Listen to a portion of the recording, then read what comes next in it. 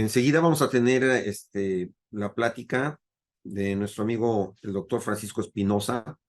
Francisco es biólogo y maestro en ciencias por la Facultad de Ciencias de la Universidad Nacional Autónoma de México, doctor en biología por la Universidad de California en Santa Cruz, investigador titular del CIECO, antes llamado así, ahora Instituto de Investigaciones en Ecosistemas y Sustentabilidad de la UNAM, del Campus Morelia.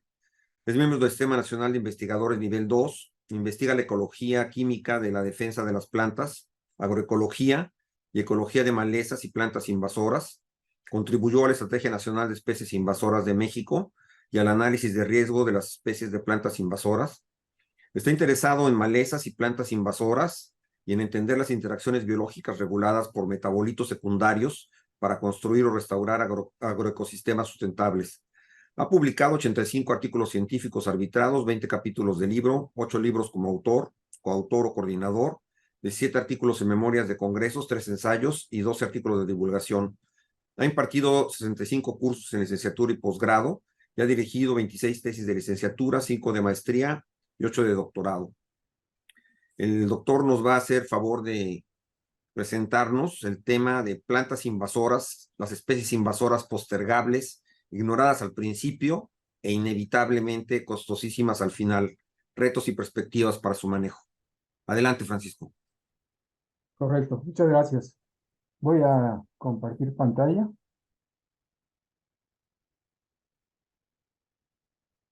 Espero que...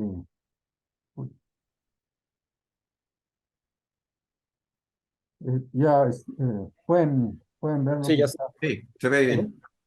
Correcto, pues muchas gracias por la invitación y para entrar a este tema tan interesante que es el manejo de las plantas invasoras en las zonas naturales protegidas.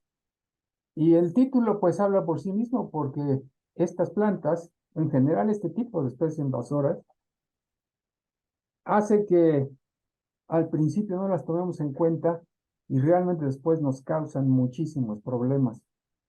Y empezamos con esto. ¿Cómo es que llegamos de esto a de una planta con flores muy hermosas que la gente quiere tener en sus estanques a este tipo de invasiones donde tenemos que la planta cubre completamente los espejos de agua, ya sean presas o canales o ríos, impide la navegación, producen muchísimas pérdidas de evaporación de agua, eh, eh, cambian la biodiversidad, eliminan muchas especies nativas. ¿Cómo es posible que dejemos que pase esto, no? Y tenemos algunas explicaciones. Eh, Necesito quitar aquí una banda que me está haciendo ya. Primero, a lo mejor no sabíamos que estas plantas eran peligrosas o no nos importaba averiguar si lo eran. Después,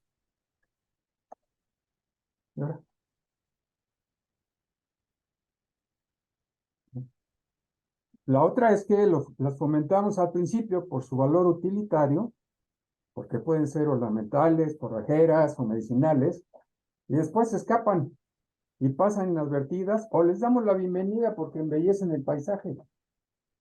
Después, si llegan accidentalmente y se autodiseminan, pasan inadvertidas porque no las conocemos y si son bonitas o útiles, las toleramos, las fomentamos o las propagamos.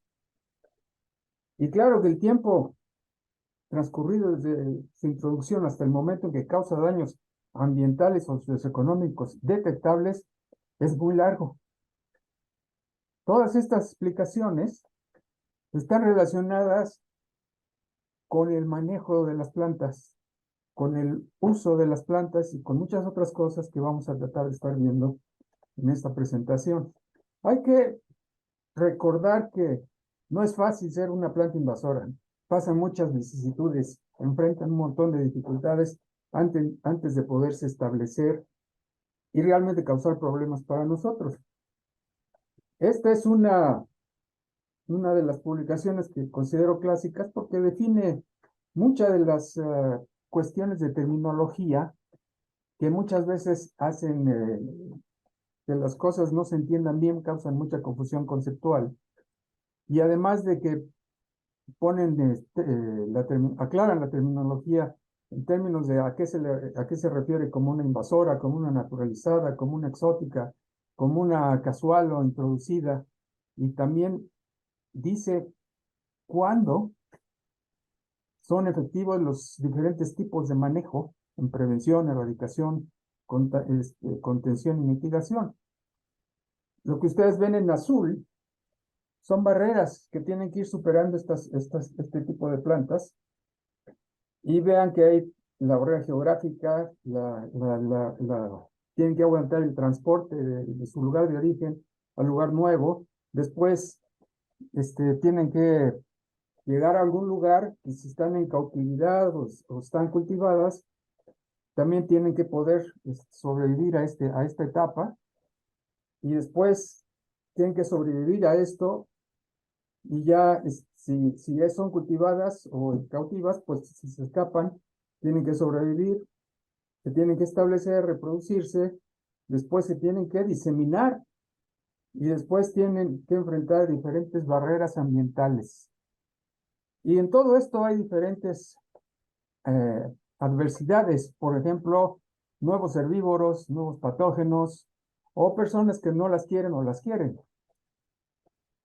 Así que, en general, sabemos que hay muchas especies que pueden llegar a algún lugar, pero muy pocas son las que se llegan a establecer y a causar problemas. Pero entre las pocas que logran establecerse están aquellas que son ayudadas por el ser humano. ¿Y por qué al principio estaba diciendo que nos podemos dar el lujo de ignorar a estas plantas al principio? Si nosotros comparamos a otras especies invasoras, como pueden ser enfermedades como el famoso virus que acabamos de padecer, el COVID, la enfermedad del COVID-19, o por ejemplo el pulgón amarillo que causó devastación en los cultivos de sorgo, o los gatos, por ejemplo, que hacen desastres en las islas y también en las áreas naturales protegidas porque se escapan de las casas y capturan todo tipo de animales, o las plantas. En todos estos, en general en todas las invasiones biológicas, tenemos este tipo de curva en el que tenemos la introducción, luego el establecimiento y naturalización. Eso es lo que se le llama la fase lag, que puede durar muy poquito tiempo o puede durar años, como vemos con las plantas. Después tenemos una fase exponencial, que es la invasión, y después ya llegamos a la saturación, hasta el tope. Ya la especie invasora ocupa todo lo que puede ocupar. Y claro que mientras más corta sea la fase lag, más rápido llama la atención de las autoridades y de la gente en general. Y eso es lo que pasa, por ejemplo, con el virus del COVID, o con especies que llegan y atacan a monocultivos como el pulgón amarillo, ¿no? Pero con las plantas tenemos que la fase lag dura años, y en algunos casos con árboles pues pueden tener cientos de años antes de que causen problemas, y mientras nosotros nos acostumbramos a que son parte del paisaje o que se ven bonitas y los vamos dejando. Por eso estas plantas al principio las ignoramos y después nos acostumbramos a ellas, ¿no? Y desgraciadamente muchas de estas plantas que pueden tener fases lag muy largas, muchas veces se diseminan rápidamente porque nosotros las promovemos. Este es el caso del zacate bófel, que causa muchos problemas para muchos ecosistemas, aunque los ganaderos están felices, porque las vacas pueden tener más vacas por hectárea, pero fácilmente se puede comprar en Mercado Libre. Estos son ejemplos de semilla de pasto de zacate bófel. Y así, por ejemplo, también hay oferta de libre acuático en Mercado Libre y de muchas otras especies invasoras. Y nuestra legislación, pues, no está adecuada para tratar de evitar y de monitorear este tipo de comercio, que es ilegal en muchos casos, ¿no? Bueno, el, las especies ornamentales o útiles se liberan frecuentemente en las áreas naturales protegidas. Es muy común que la gente que ya no quiere una planta bonita, en lugar de destruirla, pues dice, ¿cómo voy a destruir esta planta? Mejor voy y la echo a la naturaleza, pues muchas veces va a las áreas naturales protegidas. Eso pasa con peces, eso pasa con muchos otros. Y uno de los problemas que tienen que superar las especies que llegan naturalmente a algún lugar es que necesitan tener un tamaño mínimo de población para poder seguir creciendo y establecerse. En el caso de las especies útiles, pues nosotros les ayudamos para que eso no sea problema, porque lo que hacemos es que empezamos a introducirlas por muchos lugares, cuidamos el establecimiento, les damos tiempo para que se adapten a los nuevos lugares. El asunto es que nosotros tenemos que poner atención a estas plantas pronto, porque cuando ya causan problemas, normalmente ya es demasiado tarde. ¿Y esto qué quiere decir? Que la inacción o la indiferencia pues, son muy costosas. Aquí este es un trabajo que salió en 2020, que son el de los costos económicos de las especies invasoras en México, y el costo para todo tipo de especies, no nada más plantas, es de 5.030 millones de dólares, el confirmado empíricamente, y un adicional que no tiene esa confirmación son 300 millones de dólares. Las que tienen que ver con el sector agropecuario es 1.030 millones de dólares, ¿no? Y también en este resultado de este estudio es que dice que los costos por daño son 4 veces más grandes que los costos por manejo y prevención. ¿Qué quiere decir eso? Pues que la famosa frase esta de más vale prevenir que lamentar, pues es muy válida, ¿no?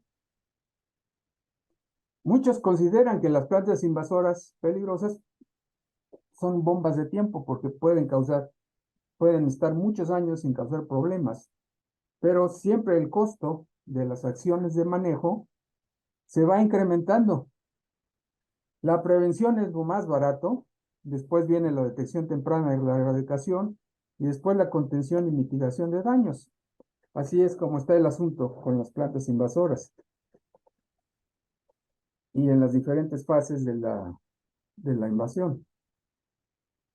El problema que tenemos es que las especies invasoras siguen llegando. Estos son algunos de los datos que tenemos y pues estamos calculando que de 3, tal vez a 5 especies están llegando cada año o se están detectando cada año.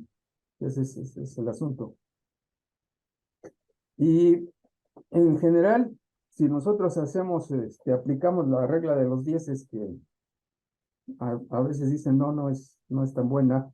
A lo mejor es una regla con más especies que van sobreviviendo a cada una de esas barreras de las que hablábamos al principio. Nosotros estimamos que especies de plantas invasoras tenemos alrededor entre 66 y 197. Estas de las que son problemáticas. Aquí se muestra cómo los primeros registros de especies invasoras siguen incrementándose. En el cuadrito B, ustedes no sé si alcanzan a ver mi apuntador, pero están las plantas vasculares y el panel que está hacia arriba muestra de todas las especies. En general, en todas las especies siguen aumentando los nuevos registros de especies. ¿Esto qué quiere decir? Que no podemos detenernos a pensar, pues vamos a ver qué tenemos de aquí, hacemos el corte y no nos ocupamos de estas, no.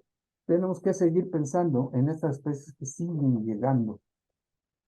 Esto quiere decir que tenemos que hacer acciones de manejo constantes y para hacer acciones de manejo constantes, lo que tenemos que tener siempre en cuenta es que el entendimiento y manejo de las invasiones biológicas requieren del entendimiento de estos tres grandes temas y la interacción que tienen entre sí. O sea, nosotros, los seres humanos, las especies invasoras, los ecosistemas, y claro que las perturbaciones naturales y antrópicas van a estar jugando un papel muy importante para las especies invasoras si recordamos que las especies invasoras primero llegan a lugares perturbados. Y si tomamos en cuenta que el cambio climático sigue, no para, y está haciendo que también se muevan naturalmente muchas especies, pues esto complica todavía más el panorama. Y lo que tenemos que recordar cuando hacemos acciones de manejo es que estamos manejando sistemas, no nada más la especie A o la especie B o el lugar A. Estamos manejando sistemas dinámicos que tienen una historia y una trayectoria ecológica y evolutiva. Teniendo en cuenta todo eso, entonces sí vamos a tratar de ver qué es lo que qué es lo que hay que hacer para manejar. Entonces, considerando que, hay que considerar que las invasiones biológicas pues son ecosistemas invadidos que tienen trayectorias y las alteraciones producidas por la invasión son dinámicas y pueden cambiar de sentido con el tiempo. Conocemos de especies que al principio pueden causar mucho daño y luego, ¡pum!, se caen y ya no son ningún problema. Y tanto las especies nativas como no nativas continúan evolucionando. Y esto se vuelve también muy importante en la modelación de nicho cuando hacemos análisis de riesgo. Y vamos a platicar un poquito de eso más adelante. Así es que pues ya vamos al punto. ¿Qué hacemos para prevenir y manejar las invasiones en el Parque Ecológico de Chipinque y el área natural protegida de las Cumbres de Monterrey? Bueno, estas, digamos, son algunas de las acciones que hay que hacer. La maestra Yolanda Barrios ya habló muy bien de varias de las cosas que tenemos que hacer. Y bueno, lo primero pues, es que tenemos que conocer a las especies alóctonas, que suena medio raro, pero también exótica suena raro, ¿no? Pero conocer a las especies alóctonas presentes en el lugar y conocer a las especies que podrían establecerse en el parque. Habrá que hacer análisis de riesgo para impedir la entrada de las que no están y para priorizar el manejo de las que ya llegaron. Y pues hay que realizar medidas de prevención, detección, erradicación temprana, contención o mitigación mediante modelación de nicho, ciencia ciudadana, involucramiento de visitantes y usuarios de las zonas protegidas y también de los habitantes de los alrededores de estas zonas. Entonces, vamos a ver ahorita, vamos a ver qué sabemos acerca de conocer las especies alóctonas. En un trabajo que estamos haciendo el doctor José Luis Villaseñor y yo, estamos registrando todas las especies de plantas invasoras en cuadros de 1 por 1 para todo el país. Ustedes pueden ver en el mapa de la izquierda que donde hay crucecitas, la del mero centro es donde está el área natural protegida de las Cumbres de Monterrey, el Parque Chipinque, y también ahí está el cuadrito ese, que es el número 111, y el cuadrito de la izquierda, el 110 es donde está Saltillo, y luego un cuadrito arriba del 111 y otro cuadrito abajo del 111. Y nosotros aquí estamos poniendo las 26 especies que están en todos los cuadritos que ven ahí.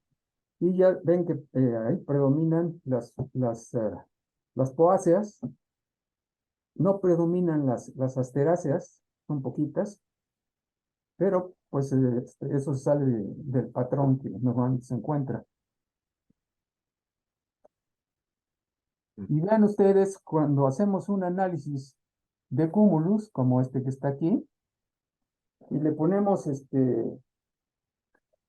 clasificamos a los cuadritos de acuerdo a la afinidad que tienen entre su flora de especies, en este caso introducidas, lo que encontramos es que aquí, que el cuadrito de interés, que es el 111, es muy diferente de los que están rodeándolo. Y lo mismo aquí sucede con donde está Saltillo, que es otra zona urbana. Y vean aquí que por ejemplo, el color del 111 es en una rama distinta del donde está Saltillo, que es el verde, que está por acá, es otra rama distinta en el análisis de cúmulos.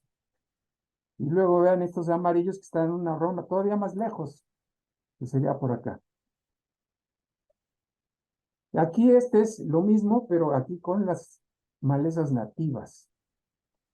Aquí vean cómo aquí el cuadrito de interés, que es otra vez, el 111, el 110 es el de Saltillo, también difieren en términos de sus malezas nativas. ¿Vean? Pero en otros casos, pues toda esta área queda agrupada en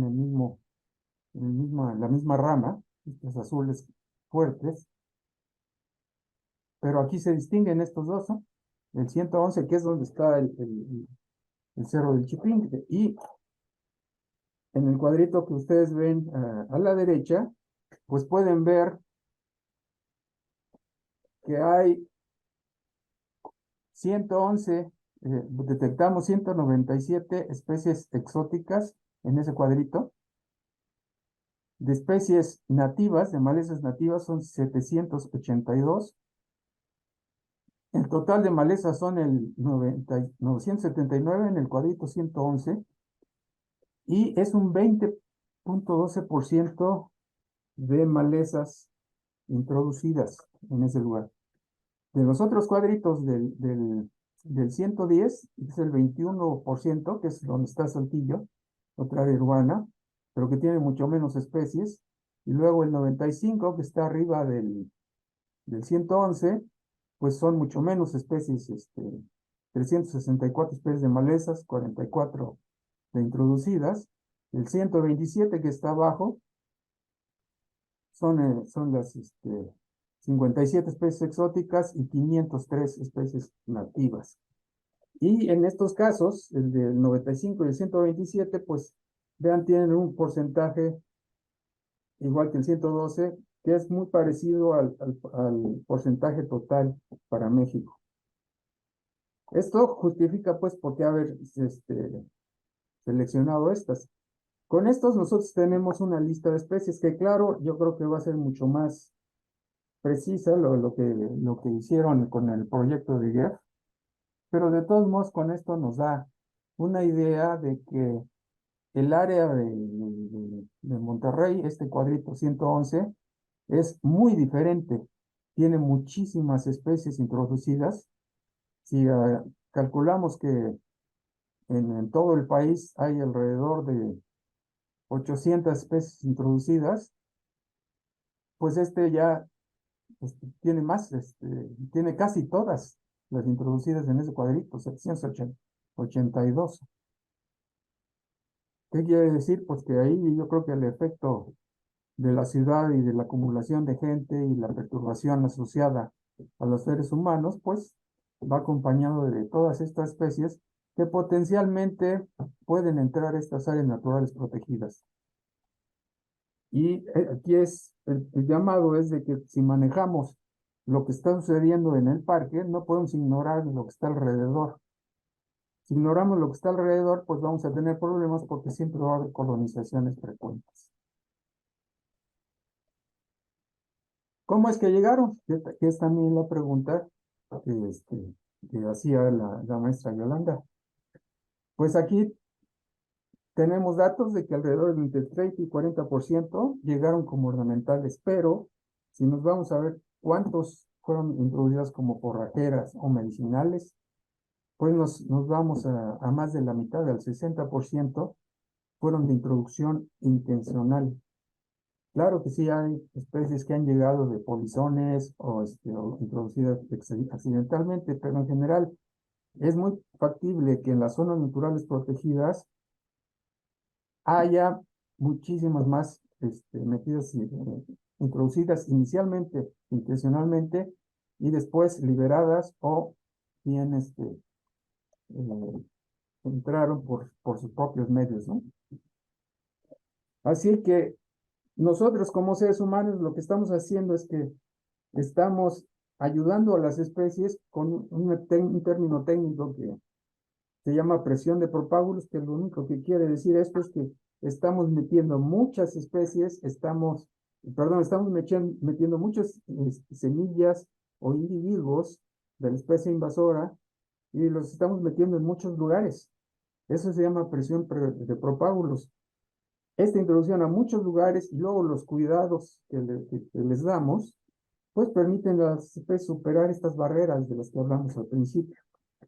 De las especies problemáticas en Chipinque, como el carrizo gigante, el trueno chino, la sombrilla japonesa y la madre de 1000 hijos, o son ornamentales o también son útiles, ¿no? Esto complica todavía más las cosas porque pues la gente se apega a este tipo de plantas.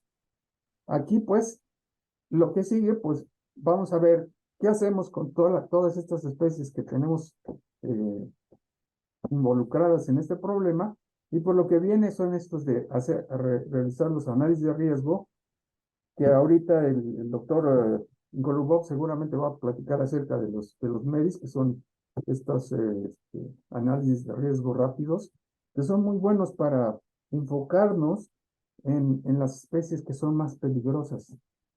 Y lo que aquí nosotros proponemos es que una vez que se hace este análisis preliminar, hay que hacer un análisis mucho más detallado, más amplio con el análisis de riesgo, igual para impedir que no entren otras o para priorizar la atención de las especies que ya están establecidas, ¿no? Y aquí hay una serie de criterios que proponemos que debería de incluirse en este análisis de riesgo, que sería más a profundidad que el preliminar. Y pues aquí vean ustedes que es reducir la incertidumbre en el comportamiento potencialmente invasivo, dedicar este análisis de riesgo especial para ambientes insulares. ¿Y por qué pongo esto de los insulares? Pues el parque de Chipinque es bueno, la zona de Cumbres de Monterrey va creo que desde los 700 metros sobre el nivel del mar hasta 2200, creo. Y ahí la parte de arriba seguramente está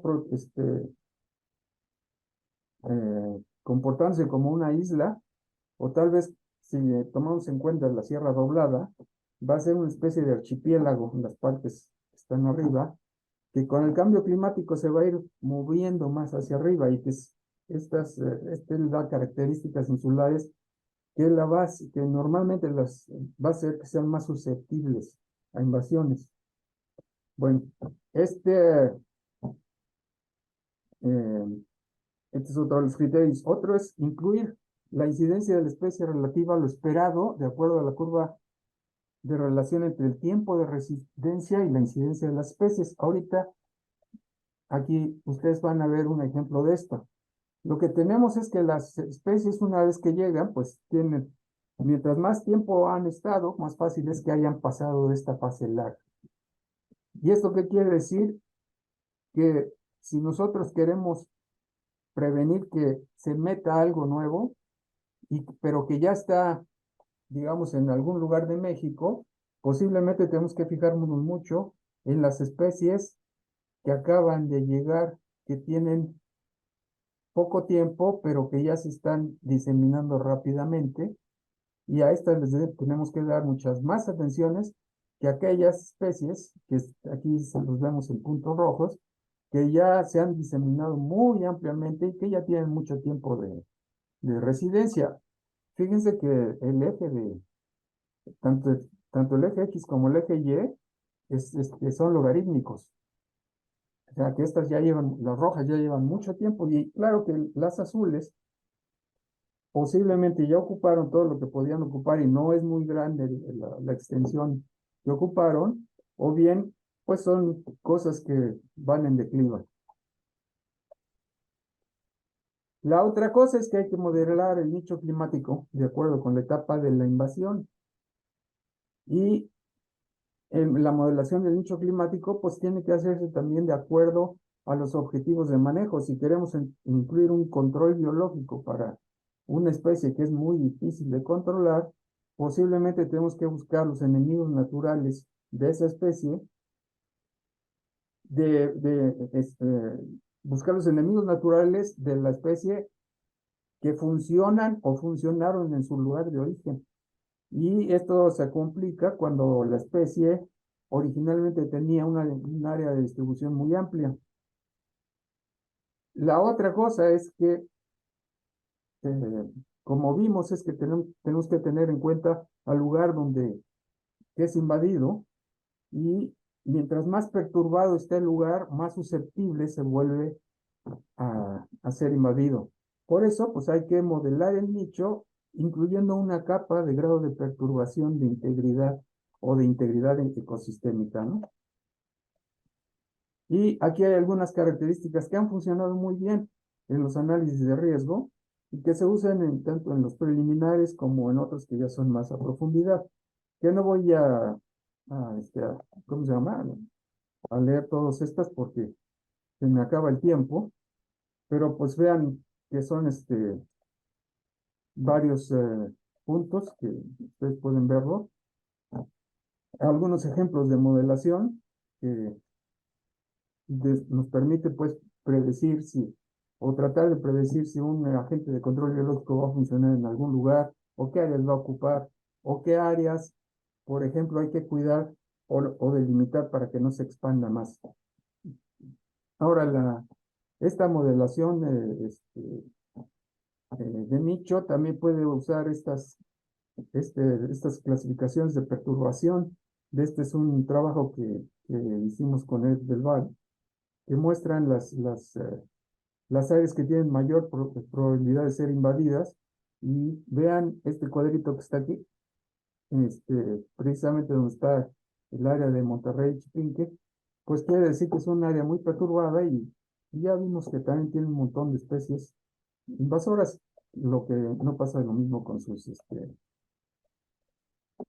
cuadritos vecinos.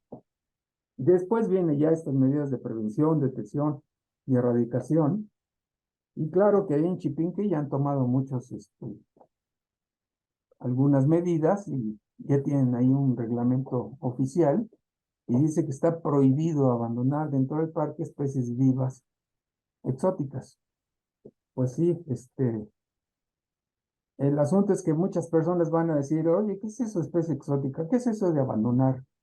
Abandonar nada más la aviento allí, o voy y la planto, y eso no es abandono porque yo la estoy cuidando. Son cosas que hay que ir modificando conforme a los reglamentos. Y claro, hay que trabajar muchísimo con la gente, sobre todo con los que practican la horticultura ornamental, los que usan las plantas ornamentales. Y de estas personas tienen que tomar en cuenta que muchas veces las plantas ornamentales tienen consigo plagas y enfermedades polizones en la planta o el sustrato donde se importan, pues que se pueden atacar a otras especies de plantas. Así es que hay que trabajar no solamente con la población usuaria, hay que trabajar con los horticultores, hay que trabajar con las autoridades, y hay que trabajar también con académicos que están tratando de entender la dinámica de estas especies en los lugares invadidos. Eh, claro que ya se mencionó aquí esto de la ciencia ciudadana, que ha sido muy exitoso, lo de naturalista. Sirven muy bien para monitorear, para identificar las zonas donde están invadiendo los frentes de invasión, por ejemplo. Y claro que hay que trabajar mucho con los voluntarios y voluntarias, las personas que se interesan en esto. Y aquí hay una noticia de cómo estaban quitando a mano a los calanchos, ¿no? Que aquí vemos en la fotografía esta, ¿no? Que salió en esta. Ustedes pueden ver las noticias que salieron en este sitio web. Bueno, claro que, como dicen, no podemos apreciar ni proteger lo que no conocemos, ¿no? Y también tenemos que saber cuáles son los daños que causan las invasoras, cuál es el valor de la biota nativa. Hay que trabajar con las personas porque no es fácil decirle, oye, ¿sabes qué? No, no plantes al calancho porque es una especie invasora, y eso a mí qué, ¿no? Además, si el calancho me ayuda a combatir el cáncer, o si el calancho me gusta mucho, pues tenemos que de veras trabajar con todas estas personas. Y si no podemos darles alternativas, si no podemos decirles que hay un montón de especies nativas ornamentales, y en lugar de usar a las introducidas, pues entonces hay que decirle, está bien, si no puedes desprenderte de tu planta, pues no la propagues, no se las des a tu compadre, no se las des a tu comadre, y, y manténla en un lugar donde no puedan escapar. Y si ya no la quieres, pues tienes que destruirlas, no nada más botarlas, ¿no?